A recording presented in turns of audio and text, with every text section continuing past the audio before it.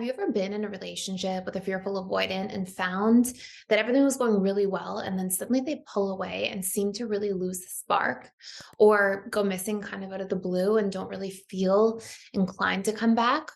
Or if you are a fearful avoidant, have you ever had the experience of being really interested in somebody and then something happens and it's almost like you just go cold? It's almost like something in you shuts down, shuts off, and it's hard to even consider continuing the relationship, yet it happens seemingly all of a sudden.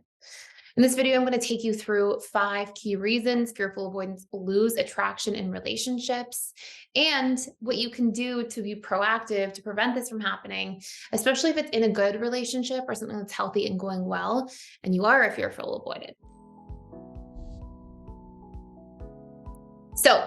The very first reason fearful avoidance can lose attraction is if their trust is actually broken.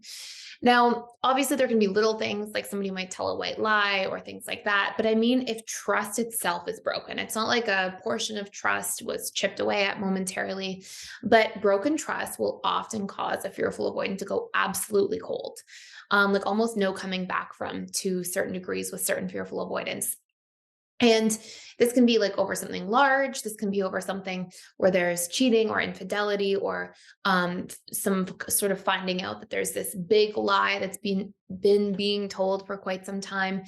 Um, or if there's just something that's been kept from you that really was important for you to know, to hear, to understand. Anything like that can cause a fear of avoidant to really shut down and actually have a hard time, not just wanting to open back up, but being motivated to open back up, like feeling like it's hard to sort of turn that attraction or connection back on, but also feeling like, well, I don't want to, so why should I even bother?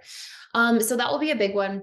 A second big dynamic that causes fearful avoidance to lose attraction is that if somebody's like really anxiously attached to them and somebody's accidentally violating their own boundaries, they don't have a sense of self, especially as the attachment between the fearful avoidant and another attachment style sort of connects more deeply or bonds more deeply together. Sometimes what you'll see is fearful avoidance when they feel like their boundaries are crossed, or they're not being seen or they're not being understood. Their need for independence and freedom and autonomy are not really making it across to the other person that they're in a relationship with or that they're dating. Sometimes you'll see fearful avoidance really lose attraction in that sense. And it's not just that the fearful avoidance starts leaning dismissive. Somebody can start leaning in their more DA side as a fearful avoidant without actually losing attraction on a more permanent basis. But if this is repetitive enough, and if fearful avoidants start to feel overwhelmed, because fearful avoidants do tend to sort of enjoy a bit of a challenge in the beginning of relationships as well, all of these things can lead to a lack of novelty, a lack of challenge, feeling like their boundaries are crossed, feeling like they're unseen, unheard, misunderstood. And all of these things together for an FA can really sort of coalesce and make them feel like, okay, this just isn't for me. I'm just not interested, and really shut off. Number three is when a fearful avoidant feels like there's a lot of expectations on them. If a fearful avoidant's pouring into somebody and they're really trying, they're really showing up, they're really making an effort in the relationship, and then somebody seems to just keep expecting more of them, especially in the dating stage, this can cause a fearful avoidant to shut down completely because they don't like to feel like fearful avoidants already put such strong expectations on themselves. Part of it's their shadow, right? Because part of it's like, oh my goodness, I'm already trying so hard and doing so much. How could you ever expect anything more from me? And it can lead to disappointment, frustration, but really just feeling like this isn't reasonable and I need to keep you away to sort of keep my sense of self safe. And this can really put out that flame of attraction and chemistry early on in a relationship with a fearful avoidant.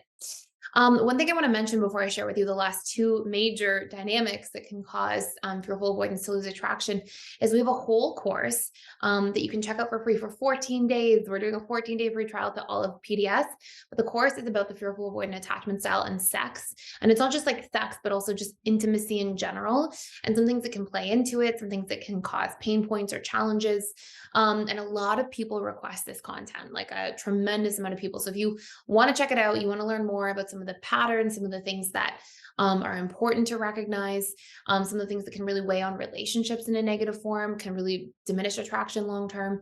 You can check it out for free for 14 days. It also comes with access to all of our other courses and the 4 live webinars I do every single week with our students. So you can join me in there, ask me questions you have, camera on, camera off. You can chat with me, anything.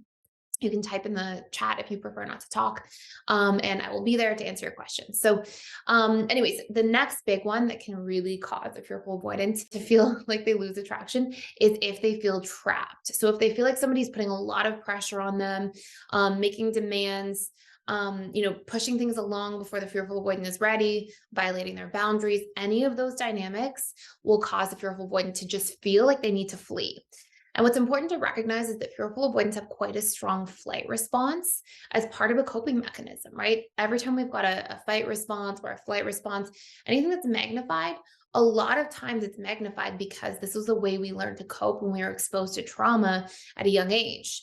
So for a fearful avoidant, they can have a really strong flight response. And if they start feeling trapped, it can cause them to just run a million miles an hour in the other direction. So it's really important to pay attention to. And number 5, this is really important if you are the fearful avoidant, is that if fearful avoidants are not speaking up for their own needs, and eventually, because they're pouring into somebody else or trying really hard, they feel like it's a one-sided relationship. Eventually, fearful avoidants tend to pull away from one-sided relationships and really just feel burned out by them and exhausted and want to move in other directions. And for fearful avoidance specifically, this is your work to do. Like if you see yourself doing this, and if this is a pattern for you where you may sabotage relationships or feel like you need to, move away suddenly out of the blue, what's actually happening is usually you've got unmet needs for a long enough period of time at the subconscious level that it eventually reaches a tipping point. And at that tipping point, you just sort of shut down and feel like, okay, this is enough. I've had enough. And sometimes I even know that fearful avoidance, had many conversations with that phase over the years, will try to wait until it reaches that tipping point because they know that they'll leave. And sometimes they feel guilty leaving relationships before that point. But if you find yourself on that path, like your job is to start speaking up. Your job is to start getting into the habit. Even if it's not the relationship you want to be in now, at least for future relationships, to speak up, to share your needs, to advocate for yourself, to allow yourself to take up space. Because what happens is when you don't do those things, you're on a path towards eventually feeling like somebody's burning you out. And you're also on a path towards feeling like you're unseen or you don't matter. When in fact, a lot of the roots of the problem are actually that people don't know the information that they need to know because you're not sharing it to make you feel like you matter, to make you feel like you're seen. So sometimes if there's needs that are unmet for long periods of time, that can cause a fearful avoidant to shut down and really lose that attraction and that wanting to be in the relationship. But there's also something you can really solve for as an FA. So that's it for today. Let me know questions you have about this, about attraction in general, about attachment styles and sex. This comes up a lot. You can check out that course for free for 14 days. We're just doing this 14-day free trial simply for Black Friday. So it's limited time. And that's it. Thank you for watching. Please subscribe to this channel if you're enjoying it. I would so appreciate it. And I will see you in the next video.